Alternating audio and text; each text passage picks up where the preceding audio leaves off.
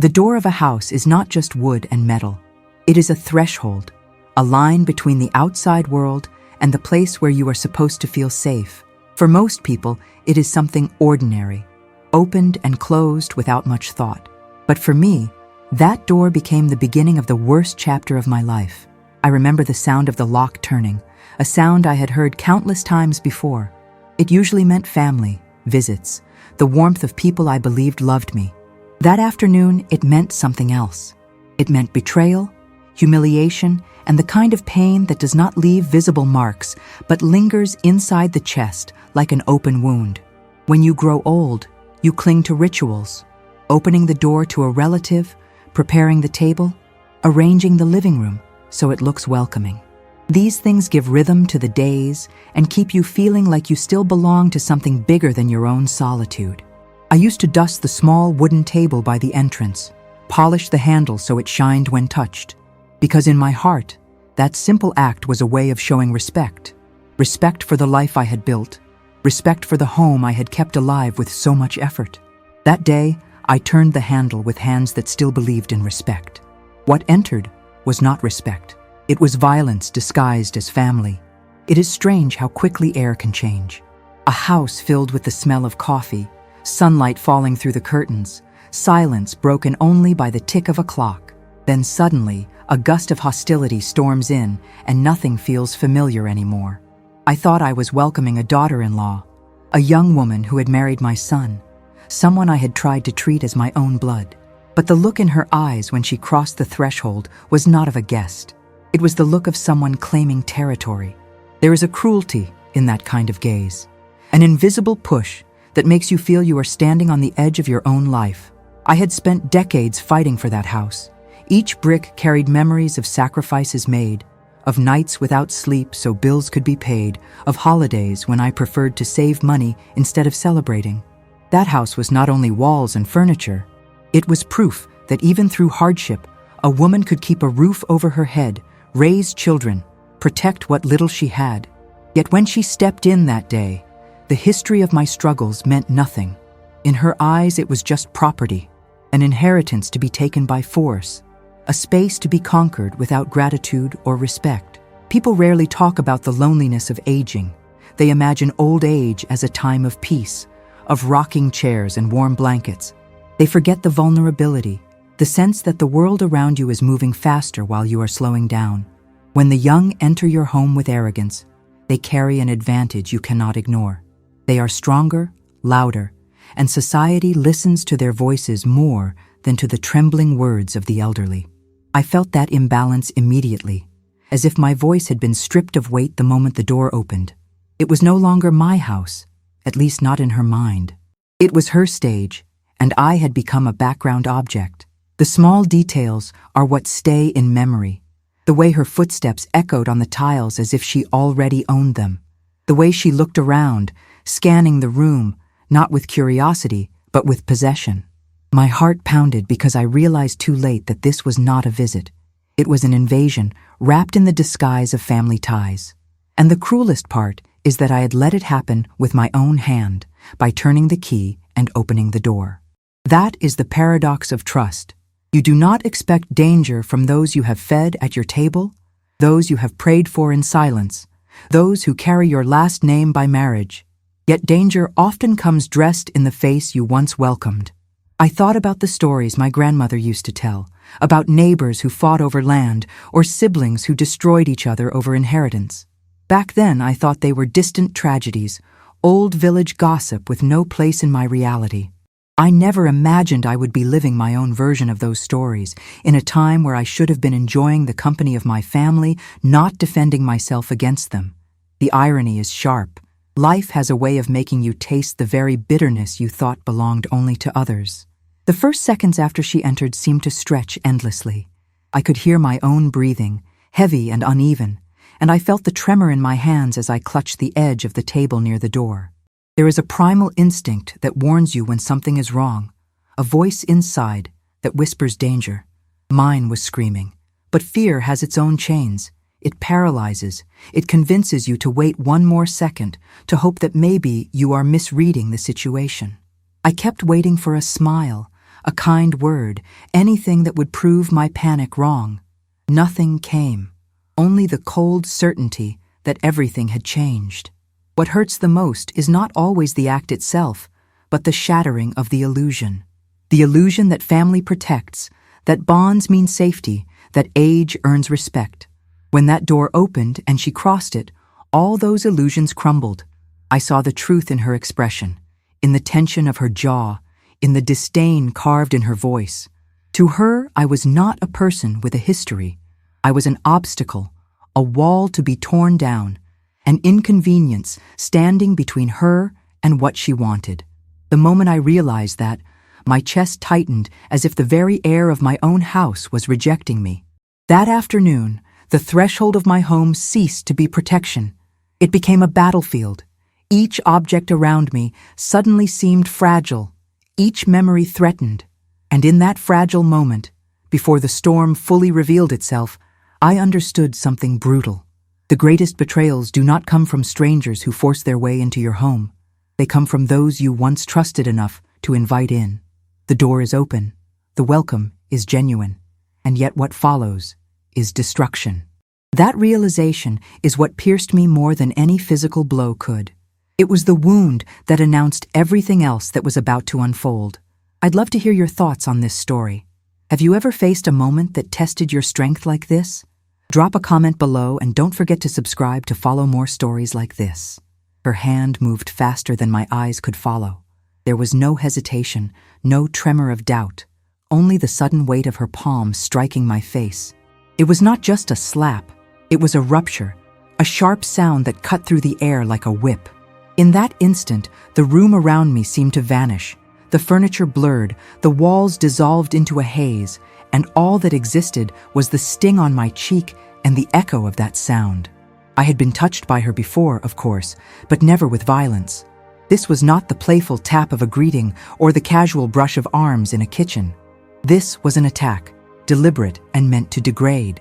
I stumbled back a step, my hand flying to my face, feeling the warmth where her skin had collided with mine. The scent of soap and perfume from her fingers lingered in the air, a cruel reminder that the same hand she used to caress my grandson's hair now had left its mark on me. People imagine that pain from a slap is brief, fading as quickly as it comes, but it lingers. The skin throbs, yes, but what lingers even longer is the humiliation. The shock of realizing you are no longer being treated as a person, but as an object to be silenced. I had always believed that words could hurt more than blows, but in that moment, I understood something different. A slap carries within it a message that words cannot deliver. It is the body saying you have no voice here. It is the assertion of power, the announcement that someone feels entitled to cross not only the boundaries of your home, but also the boundaries of your dignity. Anthropologists who have studied rituals of dominance often describe the slap as an ancient gesture of control, a way to mark hierarchy. Sitting in my own living room with my cheek burning, I was living my own anthropology lesson. My body reacted before my mind did. My knees felt weak, my stomach twisted, my ears rang as if I had been too close to an explosion. All those sensations belong to fear, the same fear that wild animals feel when cornered. Age magnifies that fear. Your reflexes are slower, your bones more fragile, your balance less certain. In my youth, I might have stood taller, raised my voice, defended myself. Now I could only steady myself on the edge of a chair, willing my body not to collapse. Her eyes were fixed on me, not with regret, but with the satisfaction of someone who had made a point. There was no flicker of remorse. The silence after the slap was almost worse than the sound of it. In that silence, I could hear my own heartbeat thudding against my ribs, a rhythm of disbelief and rage and sorrow all tangled together. When I looked at her, I searched for a glimmer of the person I had once welcomed, the woman I had cooked for, celebrated with, trusted. Instead, I saw a stranger. Or perhaps I saw her for the first time as she truly was. The slap was not only about anger, it was also about ownership. She wanted me to feel small, to feel disposable, to feel like the house and everything in it belonged to her already. People sometimes assume that abuse begins with shouting, but often it begins with a gesture. A single gesture that rewrites the rules of the relationship. That afternoon, the gesture was a slap, but it could have been a shove, a door slammed in my face, a plate thrown at the wall. What matters is not the form, but the meaning behind it. The meaning was clear. I remembered reading once about how in some cultures, a slap is used as an initiation into humiliation. In old armies, recruits were struck to test their obedience. In certain societies, a slap across the face was a public insult that could spark duels. The human face is sacred in a way. It is the part of you that meets the world. To be struck, there is to be told you are beneath respect. I had never felt that truth so keenly until that moment, when her palm erased the invisible line that separated me from indignity. I tried to speak, but my mouth felt dry, the words stuck behind my teeth. Shock does that. It scrambles language. My mind screamed questions, but my tongue would not move. Why would she do this? What had I done? How could my son's wife raise her hand against me? In that frozen second, I understood the silence of so many victims who are asked later why they did not scream. Sometimes you cannot. Sometimes your body becomes stone, and only your thoughts race like birds trapped in a cage. I saw my reflection faintly in the glass of a framed picture on the wall. My own eyes looked back at me, wide and wet, as if belonging to someone else. Behind me in that reflection stood a woman who had crossed my threshold and now stood in my living room like a conqueror. That image seared itself into my memory because it captured the imbalance perfectly. The owner of the home recoiling, the outsider standing firm. If a stranger had slapped me in the street, there would have been witnesses, perhaps intervention. But here, inside my house, the world had shrunk to just the two of us. There is something primal about being struck by someone you know. It tells you the rules have changed. It tells you that whatever trust existed has been shattered. The noise of it still rang in my ears as I struggled to steady my breath. Even the objects in the room seemed to recoil, the clock ticking louder, the curtains shifting as if aware of the shift in atmosphere.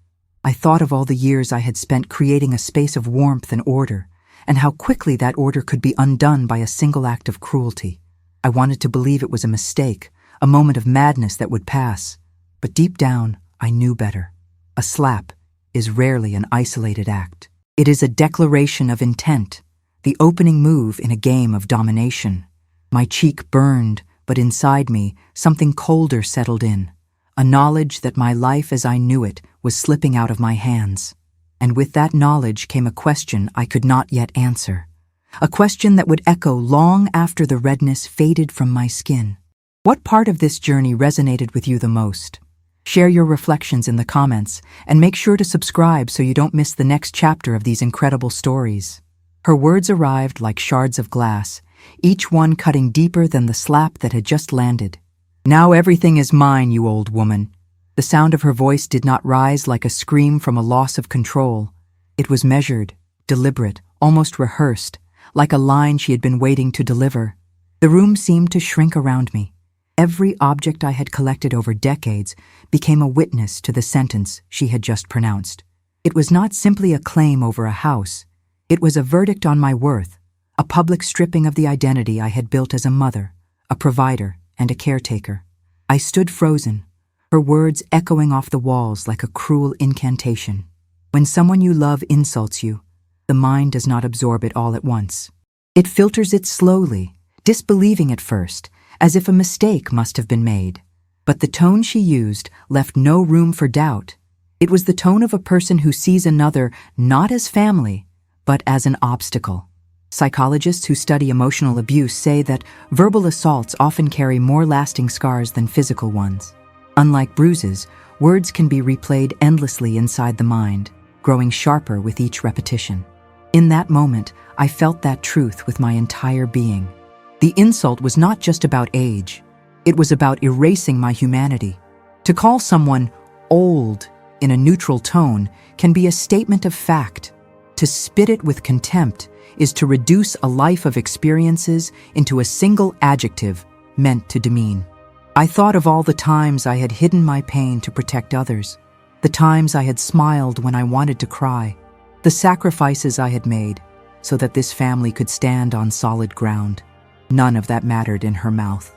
In her mouth, My life had been boiled down to an inconvenience standing between her and property. I tried to focus on something in the room to steady myself. My eyes landed on the bookshelf. Each volume there had a story, many of them gifts from my late husband, many annotated with my handwriting in the margins. They were pieces of me, fragments of the woman I had been. Yet as her words filled the space, I saw her glance over the shelves not with nostalgia, but with appraisal, as if already calculating their worth. It struck me then how objects that carry memories for one person can appear only as possessions to another. This realization was another cut, small but deep. Her voice did not stop at that one sentence. She began to list things aloud, things she now considered hers: the kitchen appliances, the silverware, the armchair in the corner. Each item she named felt like a nail sealing me into a coffin of helplessness. People underestimate the power of naming. To name something is to claim it, and in that act, she was not only cataloging objects, but dismantling my sense of home. Every word pressed against me like a weight, crushing the small space of self-respect I was still trying to hold on to. I remembered reading once about how conquerors throughout history used public declarations to break the will of those they overtook. Kings would stand in conquered villages and announce their ownership of land and people. Merchants would auction off entire households, reciting inventories out loud to make the dispossession real. Standing in my living room, listening to her list what she believed was hers, I realized I was living a smaller, domestic version of the same ritual.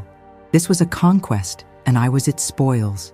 Her words had a texture to them, heavy and sticky, clinging to my skin like oil. I could feel my breathing grow shallow, my chest tightening, a tremor in my jaw as I clenched it to keep from crying. I wanted to speak, to say that this was still my home, that she had no right, but my voice seemed to shrink each time I opened my mouth. The humiliation was not just in the content of her speech, but in my inability to answer it. Silence can be a prison too, and in that silence, her words echoed louder. I saw her eyes flash with something like triumph as she finished speaking. It was a look I had only seen in people who win arguments they never should have started. Her lips curled into a faint smile that did not reach her eyes. This was not an emotional outburst. This was a performance of power. She wanted me to absorb her words, to feel them in my bones, to internalize the new hierarchy she was establishing.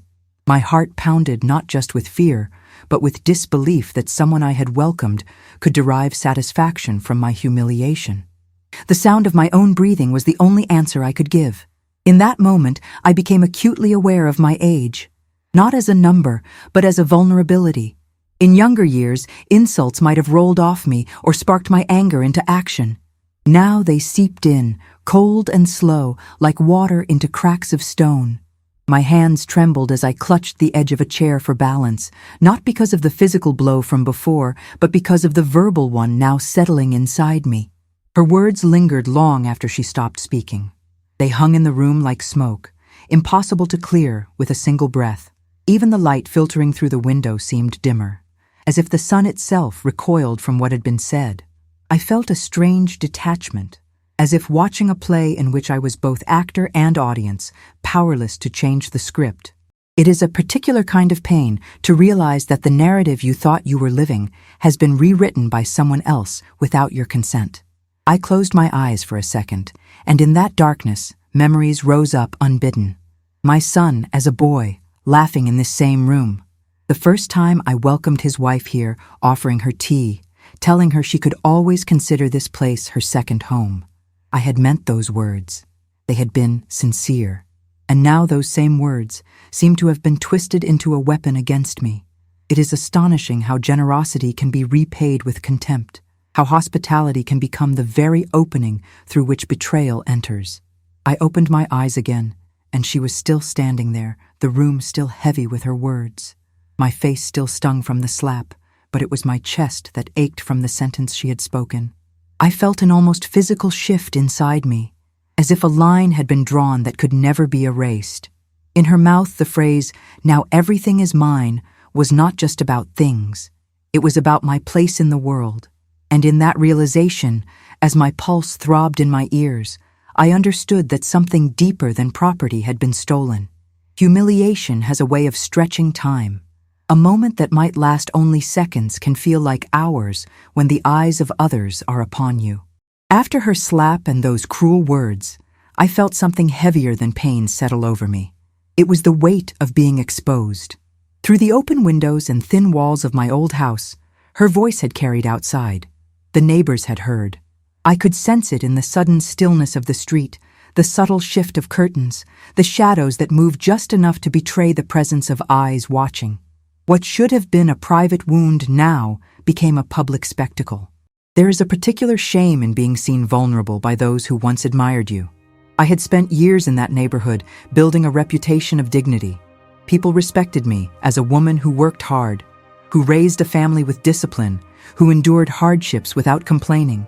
Respect is not something that arrives suddenly. It is carved slowly, like initials on stone, built through countless small acts of reliability and resilience. But it can be shattered in a single afternoon. All it takes is one violent scene, one shouted insult, and the image you thought was permanent begins to crumble. I tried not to look outside, but I could feel them. The neighbor across the street who used to wave at me every morning as she watered her plants. The older couple who once borrowed sugar from my kitchen and returned it with warm bread. The children who had played in my yard under my supervision. They were all there, behind their curtains, bearing silent witness. They did not intervene. They did not knock on the door. They simply watched, caught between curiosity and discomfort, and I felt naked before them. Humiliation is more than embarrassment. Embarrassment is tripping on a sidewalk or forgetting someone's name. Humiliation is the stripping of worth in front of others. It attacks not only your self-perception, but the way the world will perceive you from that moment onward. Psychologists say humans are deeply wired to avoid public shame because in ancient societies, survival depended on belonging. To be shamed was to risk exclusion. Standing in my own house, slapped and insulted where others could hear, I felt that ancient fear rise inside me. It was as though I had been pushed out of the circle of community. I thought about the paradox of neighbors. They are close enough to know your business, but not always close enough to help when you need them. In many cultures, gossip becomes the shadow of humiliation, traveling faster than truth itself. By evening, I knew whispers would ripple through the block.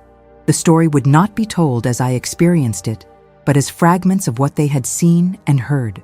Some would exaggerate, others would distort, but all of them would carry a piece of my humiliation into conversations where I could not defend myself. That inevitability added another layer of pain.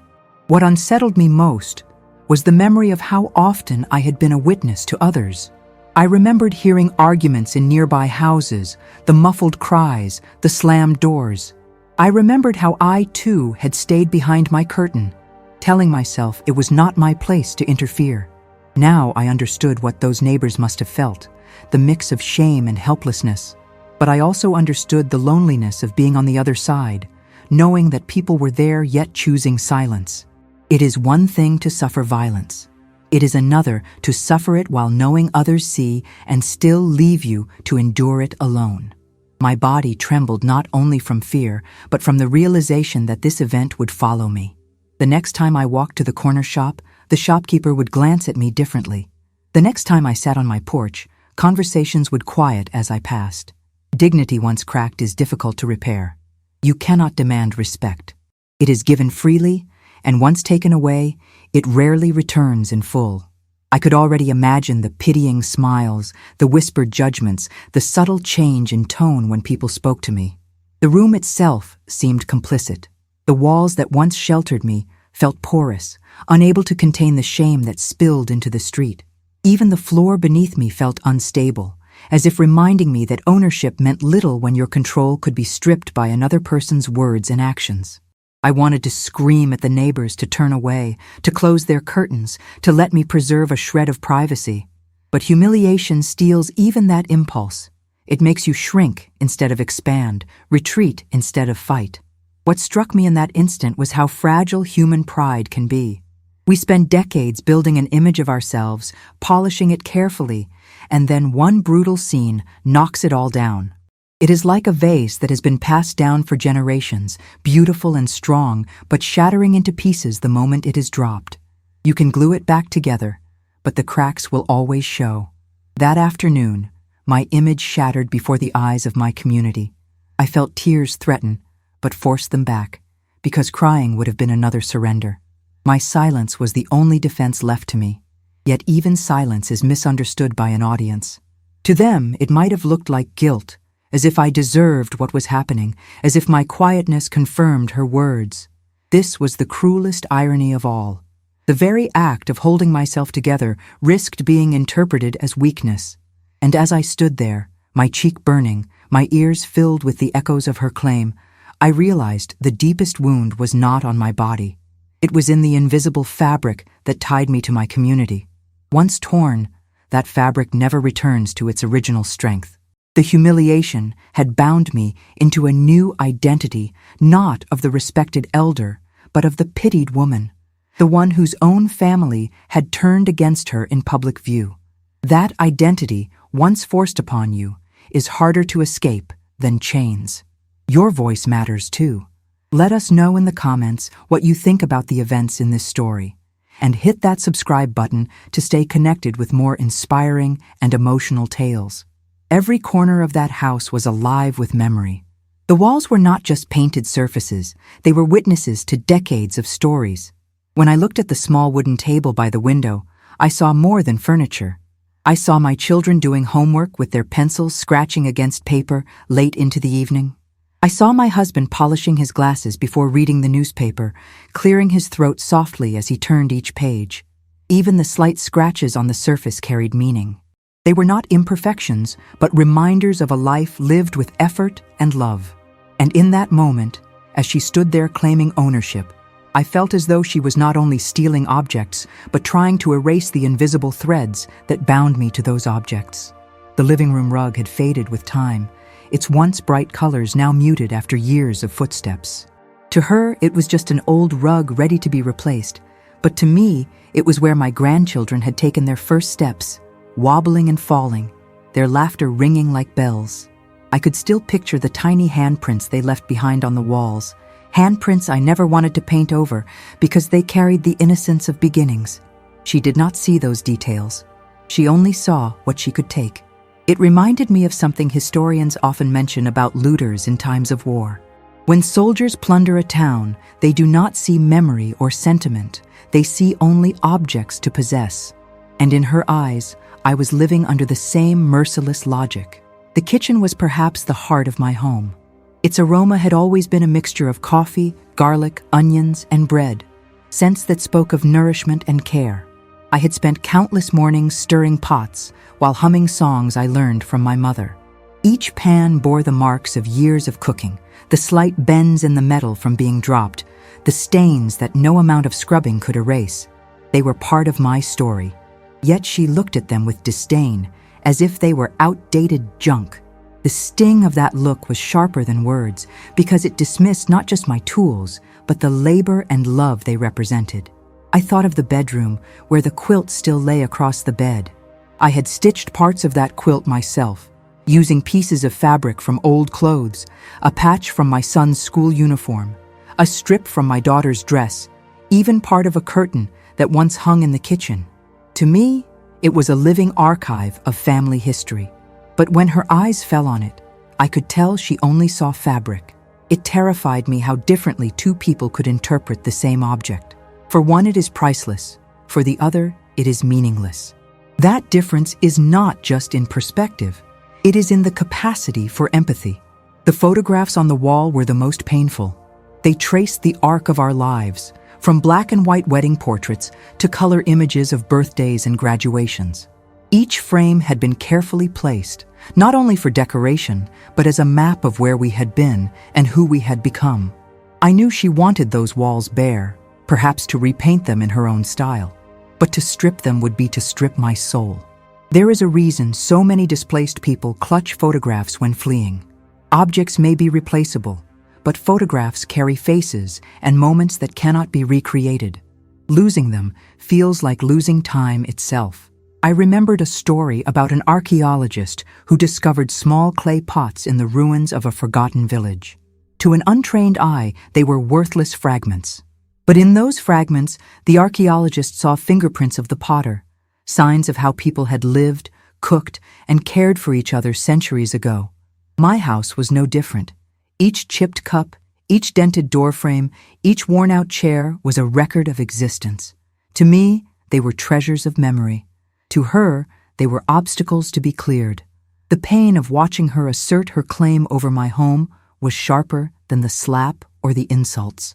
Violence injures the body, humiliation injures the pride, but dispossession injures the very root of identity.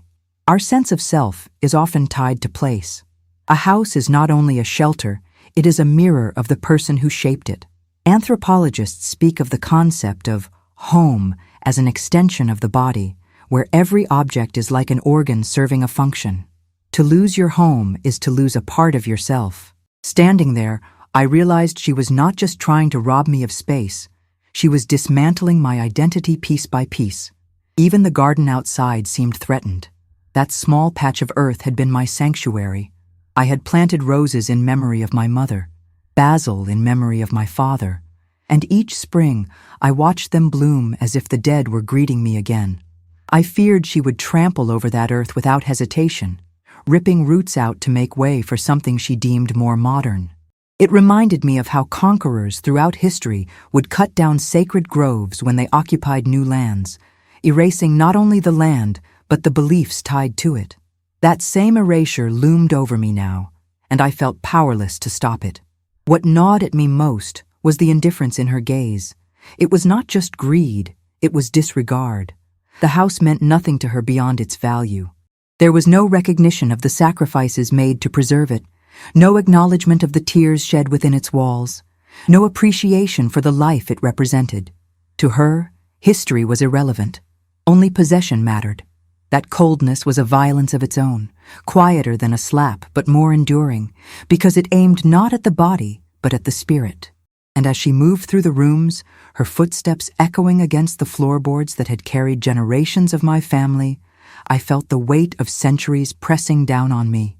Not centuries of history in books, but centuries of lived experience stored in every corner, now threatened by a single act of entitlement. It was as if the walls themselves held their breath, uncertain of whether they would continue to be a home or become just another structure stripped of meaning. The fear of losing that essence consumed me more than anything else, because when a house loses its memory, the person who lived there begins to fade too.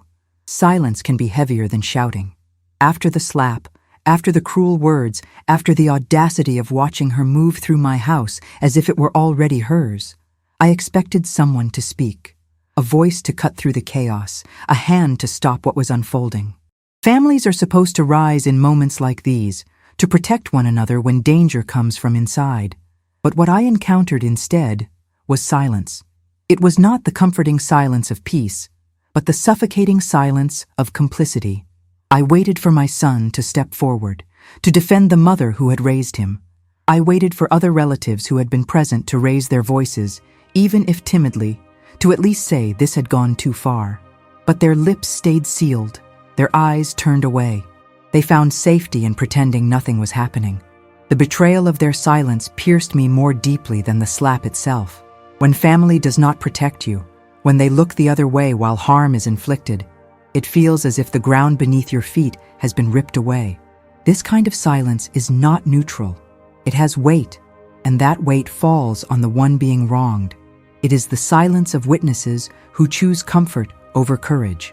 Historians write about how entire societies have collapsed because of silence, because ordinary people looked away when injustice was carried out before their very eyes. In households, it works the same way. Violence thrives when those who should speak stay quiet. I realized in that moment that her strength came not only from her cruelty, but from the silence of everyone else in the room. I tried to meet their eyes, searching for a spark of solidarity. But what I saw instead was fear mixed with selfishness. Some avoided my gaze, others fidgeted with their hands, pretending to be occupied. It is astonishing how creative people become when they want to appear uninvolved. I remembered stories of bystanders during street crimes, where entire crowds watch, but no one intervenes. Each person waiting for someone else to take the first step. Psychologists call it the bystander effect. I was living it in my own living room, abandoned by those I thought would protect me. The most painful part was my son, the boy I had carried in my arms, the child whose fever I had watched through long nights, the young man I had encouraged through heartbreaks and failures. He stood there silent, caught between loyalty to me and loyalty to his wife. He chose silence, and in that choice, I felt 1,000 memories crumble. Love between mother and child is supposed to be unbreakable, but silence showed me its fragile edges. Perhaps he believed staying quiet would keep the peace. What he did not see was that peace purchased with betrayal is no peace at all. I thought about how silence has been used throughout history to reinforce power. In authoritarian regimes, silence from the people gives rulers free rein. In families, silence grants the aggressor authority. Even in classrooms, a bully gains strength when the rest of the students pretend not to notice. My daughter-in-law understood this instinctively. She could act boldly because she knew no one would stop her. The silence around her was her armor. She wore it proudly while I stood defenseless. The silence was not only an absence of words, it was an absence of action. No one moved to check on me. No one placed a hand on my shoulder. No one offered the smallest gesture of comfort. That lack of action felt like a verdict, as if they had silently decided I was expendable. I remembered reading about how survivors of disasters often speak less about the catastrophe itself and more about the betrayal of those who abandoned them. That betrayal is the deeper scar, the one that never fades. I now carried that scar. It is strange how even the house seemed to absorb the silence. The walls that once echoed with laughter now vibrated with a void. Even the ticking clock seemed muted, as if time itself was ashamed to witness what was unfolding. I could hear my own breath, shallow and uneven, filling the space where other voices should have been. The silence did not protect me. It suffocated me, pressing down harder than any shouted insult ever could. Inside that silence, I felt myself shrinking. Words give us presence. When no one speaks for you, when no one acknowledges your pain, you begin to doubt your own worth. I felt the edges of my identity blur, as though I were dissolving into the background of my own home. That is the hidden cruelty of silence. It does not simply ignore you, it erases you. It makes you invisible, even when you are standing in the center of the room. But invisibility can breed something unexpected. As I stood there, drowning in the quiet complicity of those I loved, something inside me stirred. It was not strength yet, not even anger, but the faint awareness that silence can also isolate the aggressor. When people refuse to intervene, they think they are protecting themselves. What they are really doing is creating a world so brittle that it eventually collapses under its own weight. And as I looked at each silent face, I realized their cowardice was not only my prison, it was also their chain. That knowledge did not comfort me in that moment, but it lodged itself deep inside. The silence that betrayed me also revealed truths I had ignored for years. It showed me who would stand by me and who would not. And as painful as it was, it stripped away illusions I had clung to.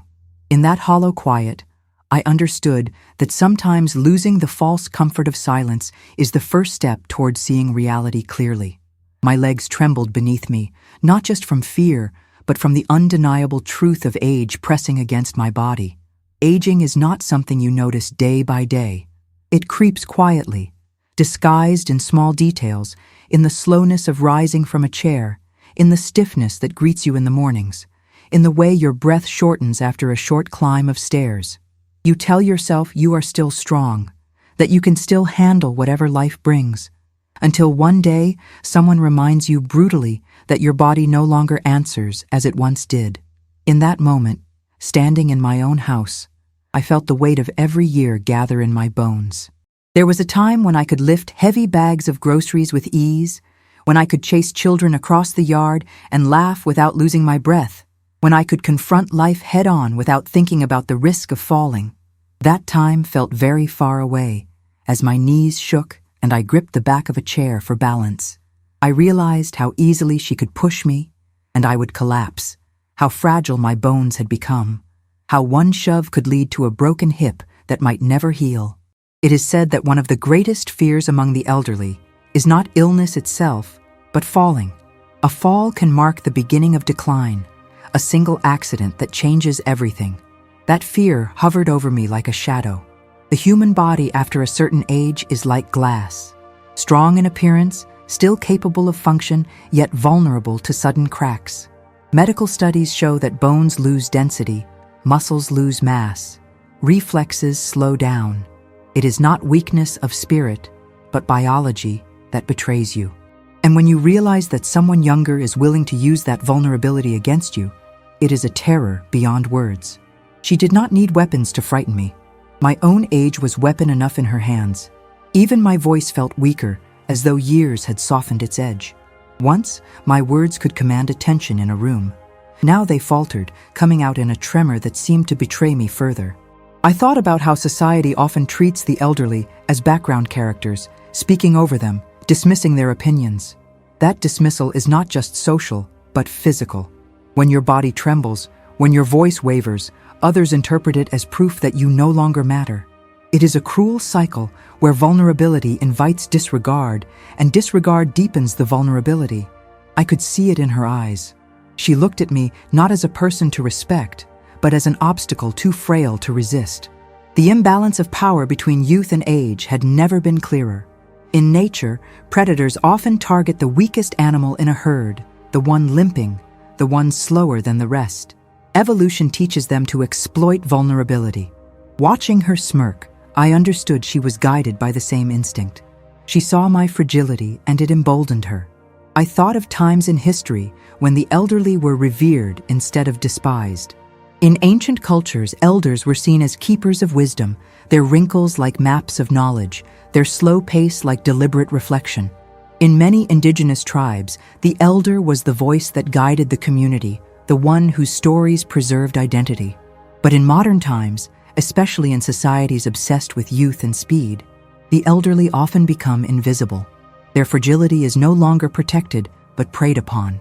My situation was a sharp reminder of how far we have fallen from reverence to neglect. My hands shook as I tried to steady myself. Even the simple act of holding onto a chair betrayed the tremor that revealed my weakness. That tremor was not new. I had seen it before in other elders. My own mother's hands had begun to shake in her later years, a slight tremor that made writing letters difficult and holding cups dangerous. I used to help her, steadying her hand, offering comfort. Now I stood in her place, trembling before someone who offered no comfort at all. Instead, she seemed to take satisfaction in watching the evidence of my age display itself so clearly. I wanted to fight back, to shout, to remind her that my years carried more strength than her arrogance could ever match. But when your body is frail, anger feels trapped inside you. It burns without release, because your arms no longer swing with the same certainty. Your legs no longer carry you into defiance. The anger becomes internal, a storm that rages silently, eating at you while the world only sees your fragility. I thought about how society measures worth by productivity, by speed, by strength. When you age and those things diminish, people act as if you diminish with them. Yet what they cannot see is that fragility can hide resilience. The body may falter, but the mind can sharpen. The heart can deepen. Still, in that moment, none of those truths protected me. All she saw was weakness, and all I felt was the sharp edge of being vulnerable in front of someone who wanted to exploit it. The shaking of my knees, the trembling of my hands, the weakness in my voice were not just signs of aging. They were signals to her that she had power. That is the cruelty of fragility. It does not only make you vulnerable, it gives others permission to treat you as less. And as I stood there, trying not to collapse, I realized that the greatest danger was not that I might fall, but that I might be erased as a person altogether, reduced to nothing more than the fragility of a body that had once carried me with pride. The law is supposed to be a shield, a promise that no matter who you are, there is protection waiting for you when cruelty comes knocking. I had heard the speeches on television, the campaigns that spoke about the rights of the elderly, the phone numbers you could call if you felt abused. They sounded powerful, reassuring, like proof that society had not forgotten us. But in that moment, standing in my own house with the sting of violence still on my face, the law felt very far away. Words printed on paper in some office meant little when the aggressor was standing a few feet away, her voice louder than any statute, her hand quicker than any court. It is a strange contradiction to know that you are legally protected, yet feel completely defenseless. My mind tried to recall the articles I had read, the rights of elders spelled out in clear language. But what good were they inside four walls where no police could see, no judge could intervene, no neighbor would testify? The silence of those who witnessed, the complicity of family, all worked together to erase the reach of justice. It was as if the law evaporated at the threshold of my home, leaving me in a vacuum where cruelty ruled unchecked. I remembered a story I once read about an old woman in another city who had been mistreated by her relatives. The neighbors knew, the authorities suspected, but still it took years before action was taken. By the time it happened, her body was frail and her spirit broken. What stayed with me from that story was not only the suffering she endured, but the slowness of justice, the endless waiting for the system to recognize what had been obvious all along.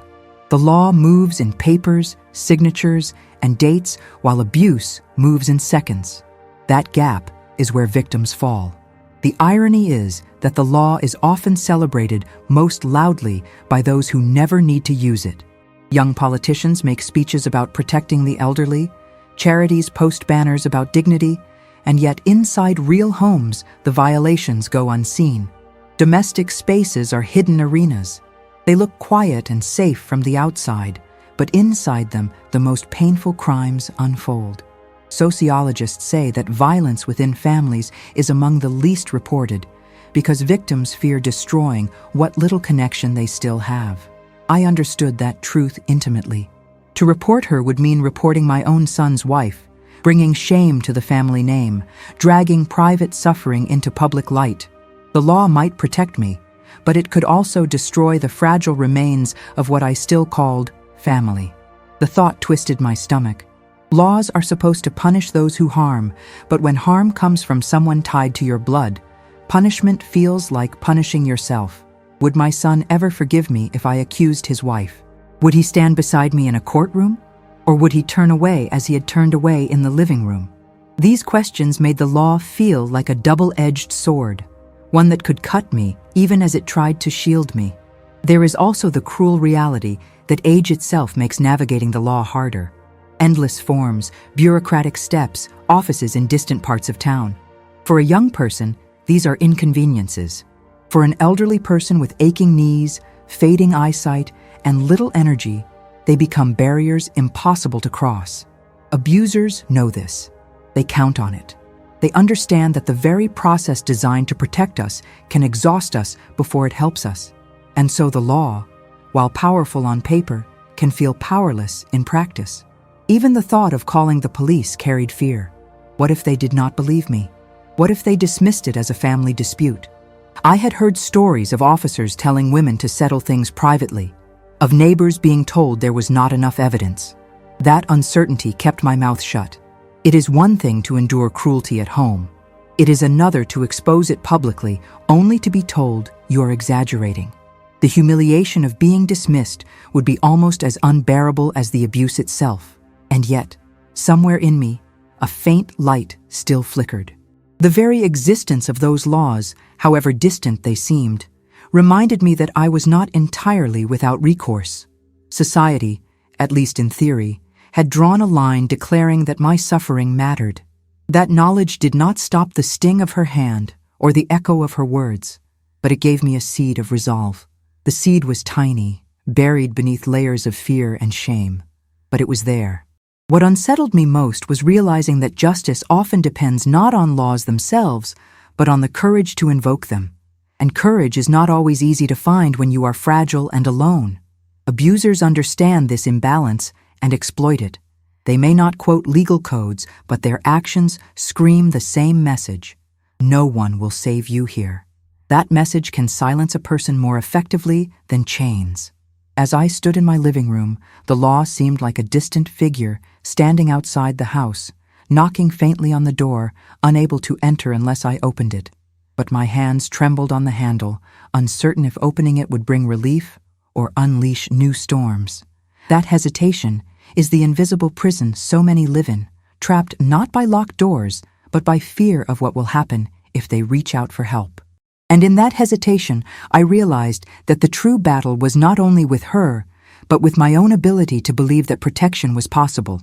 After the physical blows and the verbal assault, the crushing weight of solitude pressed down on me in a way that I had never felt before. The house was no longer a sanctuary. It had become a stage for humiliation, and I was the unwilling performer. The echoes of her voice, sharp and decisive, lingered in the air, but beyond the walls, the world continued, oblivious. There was no one to reach out to, no hand to hold, no shoulder to lean on. Loneliness in such moments is not just an absence of company. It is the stark realization that the people who should have protected you are either gone or silent. I thought about the studies on elder abuse I had once read. Experts estimate that a large percentage of elderly people experience some form of mistreatment from family members, yet a majority never speak up.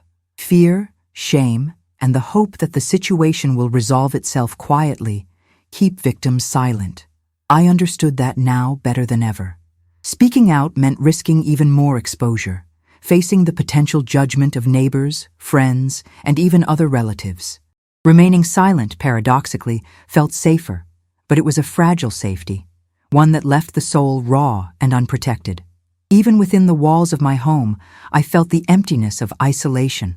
The furniture, once familiar companions, now seemed indifferent. The armchair that had cradled me during long evenings of reading or knitting seemed cold and unwelcoming. The curtains, which had framed countless sunsets and filtered the warm light of morning, now hung like quiet witnesses, motionless and unfeeling. Every object reminded me that I was alone, that the support I had counted on had vanished the moment she entered. The physical pain from the slap had faded, but the emotional ache grew sharper with each passing minute. It is often said that trauma is not measured by the injury itself, but by the context in which it occurs. A slap from a stranger might startle, but a blow delivered by someone you trust reverberates differently. It is betrayal layered upon violation, creating a wound that goes beyond flesh into the very fabric of identity. I could feel that wound pulsing, reminding me of my own vulnerability and the fragility of the relationships I had relied on. I recalled the neighbors who had witnessed the scene, even from behind curtains or through slightly open windows. Some had likely recognized the severity of what had occurred, yet none had intervened. Anthropologists note that humans are highly sensitive to social pressure and often fail to act in emergencies when others remain passive. This phenomenon, known as the bystander effect, is magnified in situations of domestic abuse because victims often feel trapped between public scrutiny and private terror. I experienced it firsthand, and the weight of that knowledge settled into my chest like a stone. Silence within a family can be just as damaging as violence itself. When no one acknowledges what has happened, the victim begins to question their own perception of reality. Did I overreact? Was I imagining the malice in her words and actions? Cognitive psychologists explain that isolation combined with repeated abuse can create a form of self-doubt known as gaslighting. Even though I knew I had been harmed, the absence of support made me question the gravity of the situation, forcing me to navigate fear and shame in solitude. The quiet also amplified memories. I could see my children as toddlers, laughing and clinging to my hands as I guided them through the hallways of this very home. I remembered teaching them lessons not with lectures, but through example, showing them how to treat others with kindness and respect. Now, I was witnessing the erosion of those lessons, the disregard for everything I had instilled, and the violation of a sanctuary that had once been the center of our shared lives. I found myself noticing the smallest details, searching for grounding. The texture of the rug beneath my feet, the slight hum of the refrigerator, the faint smell of coffee lingering from earlier in the day. Each element of the familiar became a reminder of contrast. What was once comforting now highlighted the absence of safety. Sensory details often anchor memory, and in this case, they tethered me painfully to the reality that my solitude was complete, inescapable, and unrelenting. Even the passage of time felt different. Seconds stretched into minutes, minutes into hours, marked not by productivity or engagement, but by the slow processing of fear and hurt. The sun outside moved in its usual arc, casting familiar shadows across the walls, but inside, time was suspended, measured only by the thrum of my heart and the tremor in my hands. Psychologists studying trauma note that victims often experience a distortion of time, where moments of crisis feel endlessly prolonged. I could feel that phenomenon now, each heartbeat emphasizing the relentless continuation of isolation. I tried to recall moments of comfort I had previously relied upon. Phone calls with friends, laughter over shared meals, quiet moments with my spouse. But they all seemed distant, almost unreal. The contrast made the present even more acute. The absence of someone to validate my experience, to acknowledge the pain, intensified the sense of invisibility.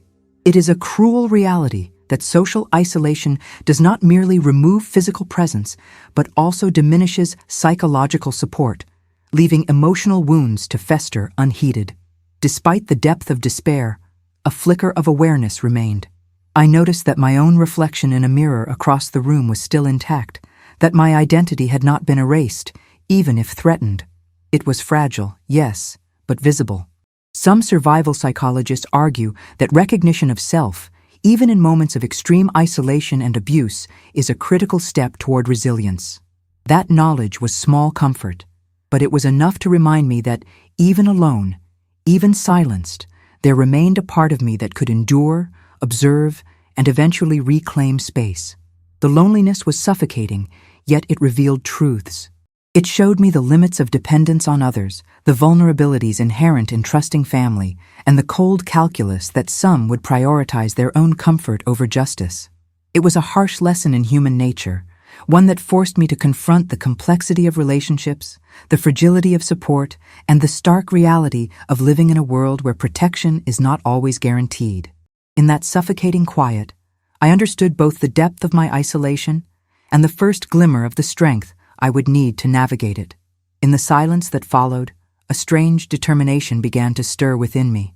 Fear was still present, that primal alertness that had kept me trembling. But now it was joined by a flicker of resolve. I realized that waiting passively would allow her actions to define not only that day, but the shape of my entire life. There's a curious thing about human nature. Even when weakened, the mind searches for a foothold, a strategy, a way to reclaim agency. I clung to that instinct as though it were a lifeline. I began to consider my options carefully, weighing them in the quiet of the room. Calling authorities seemed logical, yet the thought carried its own trepidation.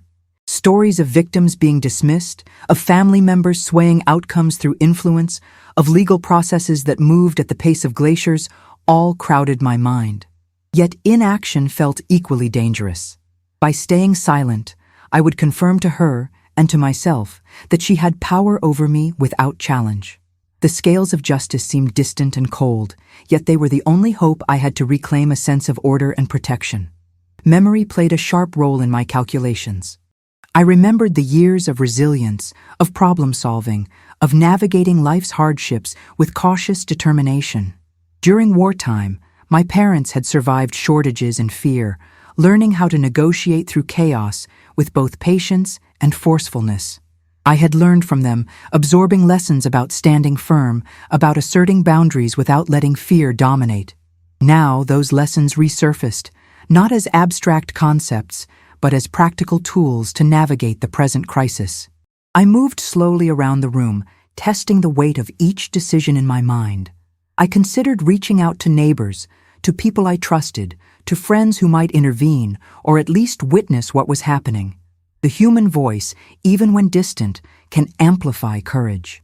In many cultures, having witnesses is a protective measure. It transforms private violations into matters of accountability. Yet even in imagining that outreach, I felt the anxiety of rejection or disbelief, the possibility that others would minimize my suffering. Every option carried risk, but the risk of doing nothing felt like certain erosion of my dignity. Practicality guided me further. I began thinking about documenting what had occurred. Notes, photographs, perhaps recordings if possible. Evidence, even simple concrete details, could serve as a bulwark against her attempts to rewrite reality. I remembered reading about cases in elder law where meticulous documentation had allowed courts to recognize abuse that otherwise went unnoticed. In some instances, a single photograph or a clear record of events changed the trajectory of a case, allowing victims to reclaim property, autonomy, or at least moral vindication. That knowledge infused me with a cautious sense of empowerment. I also thought about my own mental preparation. The psychological toll of standing up against a family member is immense. Experts in trauma therapy emphasize the need to anticipate emotional manipulation, to maintain clarity, and to separate the person from the acts when possible. I rehearsed what I might say, the tone I would use, the calmness necessary to assert myself without provoking further aggression. It was like training for a delicate battle where the weapons were words and the battlefield was memory, fear, and silence. Support systems became a focus of my planning. Friends, distant relatives, even local community advocates for elders could serve as anchors. Social networks, whether formal or informal, provide validation and pressure in situations of domestic abuse. I considered each contact, their potential reaction, and the best way to approach them without alerting her in advance. There is a subtle art in mobilizing support without escalating danger, an art I had never studied formally but now needed to master intuitively. I noticed a subtle change within myself as these strategies took shape. Fear remained, yes, but it was now intertwined with agency. I felt the first small lift in posture, the slight easing of tension in shoulders that had been hunched from terror. Even a frail body carries the memory of action, and remembering that I could act, plan, and assert a boundary sparked a flicker of strength. Psychologists often note that empowerment in the aftermath of trauma is rooted in regaining control, even in minor ways, and each small assertion builds toward larger recovery. Planning also involved anticipating resistance. She would not yield easily. I could imagine the arguments, the deflections, the attempts to discredit me. Elder abuse, particularly within families, often escalates when confronted. The knowledge that pushback would come did not deter me. It sharpened my focus. Preparing mentally for confrontation is as much about maintaining composure as it is about predicting tactics. I rehearsed resilience, patience, and clarity, each rehearsal adding an invisible layer of armor. In that quiet house, I understood the paradox of survival. It is not always about fighting the immediate moment, but about fortifying oneself for the long course. Each consideration, each plan, each imagined scenario was a step toward reclaiming agency. My fear had not disappeared, but it was now balanced by strategy. I realized that courage is not the absence of fear, but the decision to move forward despite it. And in that realization, I felt a seed of control plant itself in the soil of vulnerability, hinting that the days ahead, though uncertain, could be navigated with intention rather than passivity. Even as I gathered these thoughts, the memory of the slap and her words remained vivid, but they now served a dual purpose. They were reminders of violation, yes, but also benchmarks for why action was necessary. Every tremor in my body, every flash of fear became a signal to prepare, to anticipate, and to plan. The very trauma that had initially paralyzed me was transforming into a map of steps, a guide to reclaiming what was threatened. It was a subtle but powerful shift, fear as a motivator rather than a chain. I began to sense the faint pulse of hope in the act of planning. It was not a naive hope, blind to danger, but a measured recognition that preparation could transform vulnerability into resilience. Each note I considered taking, each call I contemplated, each scenario I rehearsed added weight to my presence in a space where I had once felt invisible. And though the road ahead remained daunting, I understood that the first step toward reclaiming control is always in the mind, where fear and strategy collide to forge determination. The storm of fear and uncertainty had left its mark, but deep within me, something older stirred, a force that had been cultivated quietly over decades of endurance. Life has a way of teaching resilience in unexpected ways. Every hardship I had faced, From the loss of loved ones to financial struggles, from sickness to the relentless challenges of daily life, had left behind a residue of strength I had almost forgotten I possessed. That strength now rose subtly, like a river returning after a long drought, filling spaces I thought were drained entirely. I remembered the nights when the house was dark, and I sat awake listening to the wind through the windows, questioning whether I would have the courage to face the next day. Each morning I had risen, folded my anxiety into routine tasks, and carried on. Those small, almost imperceptible acts of persistence were now coalescing into something tangible. I was no longer just responding to fear. I was beginning to plan, to anticipate, to reclaim agency that had been temporarily lost. There is a curious paradox in the elderly. Physical frailty may grow, reflexes may slow, the body may betray you, but the mind often sharpens, seeing dangers and possibilities with a clarity that youth does not yet possess. Experience becomes a lens through which chaos is interpreted. I could analyze her movements, predict her intentions, and weigh my responses with a precision that comes only from years of navigating unpredictability. This cognitive strength became my armor in a battle that no physical force could win. I recalled lessons embedded in memory, stories of survival handed down by those who had endured much before me. My parents had faced scarcity, social upheaval, and the small cruelties of a world that often overlooks the vulnerable. They taught me to measure threats, to recognize deception, to persist when others would yield. Those lessons, once abstract, became vital tools in the moment. They reminded me that resilience is not about reacting with force, but about maintaining clarity, assessing the situation, and choosing the path that preserves not only life, but dignity. I began to notice subtle shifts in myself. The tremor in my hands, the weight in my legs, the fatigue in my chest. These physical reminders of age were still present, but they no longer dictated my decisions. Instead, they became indicators, signals of limits that I had to respect while finding ways to move forward. Human beings are astonishing in their capacity to adapt. I had endured winters without heat, days without food, moments of emotional isolation far greater than this, and yet each time I had survived. This knowledge, embedded in my very being, became a source of quiet empowerment. The room around me, which had once felt threatening and oppressive, now became a space of assessment. Each object, each corner, each line of sight offered information. The layout of the furniture, the position of doors, the sight lines that allowed her to claim dominance, all these were now facts to navigate rather than symbols of despair. This strategic awareness had been honed over a lifetime, through countless trials, and it guided the subtle movements I considered, the choices of posture, tone, and timing that could preserve both safety and control. I reflected on moments of triumph in my life, seemingly minor victories that now illuminated the present. There had been arguments won with calm reasoning rather than force, tasks completed against great odds, illnesses endured and overcome. Each of these contributed to a bank of resilience, an internal reservoir of confidence that whispered even now that I could navigate the peril I faced. History shows that individuals who draw on past successes often respond to crises with a steadiness that surprises both themselves and their adversaries. I felt that steadiness begin to solidify inside me. The emotional component of this inner strength was equally significant. Fear had not dissipated entirely, but it no longer paralyzed me. Anger was present, yes, but tempered by the clarity that only experience can bring. Emotional regulation is often overlooked in discussions of survival, yet it is a critical skill.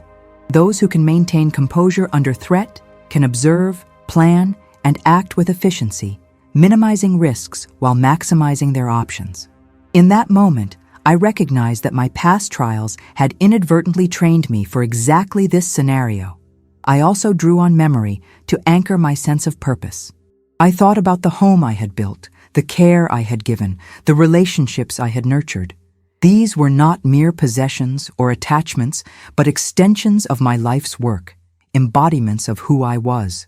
Protecting them, in whatever form that protection might take, became a moral imperative. The awareness of what was at stake sharpened my resolve. It was no longer just about fear or survival, It was about asserting that my life, my history, and my dignity still mattered. As I prepared mentally and emotionally, I realized that resilience is not a sudden awakening, but a gradual coalescence. Each memory, each lesson, each small victory from the past fused into a framework that allowed me to stand taller within myself, even when my body betrayed signs of fragility. Cognitive scientists suggest that cumulative life experience can provide compensatory mechanisms for physical decline, enabling decision-making, foresight, and strategy to outpace brute strength. I was living proof of that principle in that room, measuring every move, assessing every risk, and slowly reclaiming a sense of authority over the space that had once felt so invaded. In that growing awareness, I discovered a quiet confidence. It was not the brash courage of youth, but a steady, measured power rooted in endurance. Every hardship I had survived had been a rehearsal, preparing me to endure not only the physical and verbal affronts, but the complex emotional landscape of betrayal, isolation, and confrontation. I felt the faint pulse of determination strengthen, weaving itself through the fear and pain, shaping a readiness that was invisible to others, but absolute within me. And so, as I stood there, fragile in body but anchored in the wisdom of decades, I understood something vital, that true strength often resides in those who have been tested the longest. Age, experience, and suffering had cultivated a resilience that could not be seen in outward appearances alone. The storm of aggression before me was fierce, but within me a deeper force had begun to rise, subtle yet undeniable, preparing me to face the challenges ahead with the clarity and determination that only a lifetime of endurance can forge. The moment came when I realized that the decision to remain passive was no longer an option. The house that had once been a sanctuary, the very foundation of my memories, was no longer a place where fear could dominate unchecked. I understood that reclaiming my space required not only courage, but deliberate action. It was no longer enough to endure. I needed to assert my presence, my dignity, and my right to exist within the home I had built over a lifetime. I began by organizing my thoughts, planning each step carefully. Years of experience had taught me that preparation is more powerful than impulse. I considered whom I could trust, how to document events, and which steps would protect me without escalating the danger. Legal avenues, community support, and the careful gathering of evidence became more than abstract ideas. They were tools I could use to navigate the situation with strategy and clarity. Every plan I imagined, every detail I considered added a sense of control that had long been absent from my life. The strength I felt was not just a reaction to fear.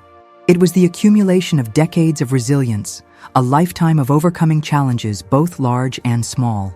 Each hardship I had faced before had been training for moments like this, when survival required not only physical presence, but mental acuity and emotional endurance. I realized that my body, though frail in comparison to hers, carried the memory of countless trials endured, and that memory became a source of profound strength. I remembered the people who had supported me throughout my life.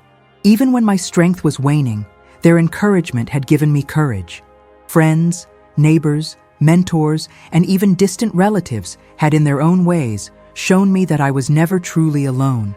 Drawing on that network, even in memory, gave me the determination to move forward. It reminded me that while betrayal can isolate, loyalty and love endure and can provide the backbone for action. As I took these first steps, the house itself seemed to respond. The familiar walls, the worn furniture, the photographs of decades past, they were not just objects, they were witnesses, allies, and reminders of the life I had led and the legacy I carried. I realized that defending this space was not only about protecting possessions, but about preserving identity, history, and dignity. In asserting my right to remain, I was asserting the value of a life lived with integrity and care. The act of standing up, of taking measured action, shifted the dynamic entirely. Fear was no longer the central force, intention was. Even small actions, placing a hand on a piece of furniture, speaking with measured calm, documenting her intrusion, became declarations of presence. They signaled that I was neither invisible nor powerless, and they disrupted the narrative of domination she had attempted to impose. Every decision, no matter how minute, reinforced my agency and my refusal to be reduced to victimhood. I also recognized the power of memory in sustaining resilience. Each recollection of past triumphs, of obstacles overcome, of quiet victories, became a reservoir of courage. Stories of my life, the lessons I had imparted to children and grandchildren, the values I had embodied in small daily acts, they were all part of my armor. By holding on to these memories, I strengthened my resolve and reminded myself that even in the face of injustice, my life carried meaning and value that could not be erased. The emotional transformation was profound. Anguish and humiliation still lingered, but they were now tempered with clarity and resolve. I understood that strength does not eliminate fear, but it channels it into action. Courage is not the absence of vulnerability. It is the deliberate choice to act despite vulnerability. With that realization, I felt a renewed connection to the life I had built and the future I could still shape. As I continued to assert myself, I discovered a surprising peace. It was not the naive peace of ignorance or passivity, but a quiet understanding that the past could not be undone and the future was mine to navigate. Each deliberate act, each assertion of right and presence, became a testament to endurance, wisdom, and the profound capacity of the human spirit to resist erasure. I was reclaiming not only space, but the essence of who I am.